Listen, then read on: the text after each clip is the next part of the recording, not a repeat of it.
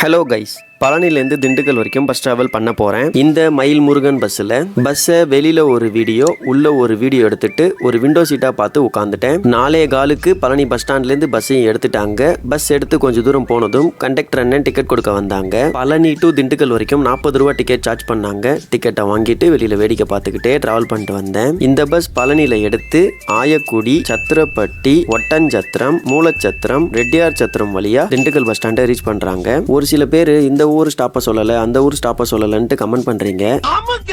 ஆக்சுவலா நான் டிராவல் பண்றப்போ அந்த பஸ் எந்தெந்த ஸ்டாப்ல நிப்பாட்டுறாங்களோ அந்த ஸ்டாப் மட்டும் தான் நான் மென்ஷன் பண்றேன்.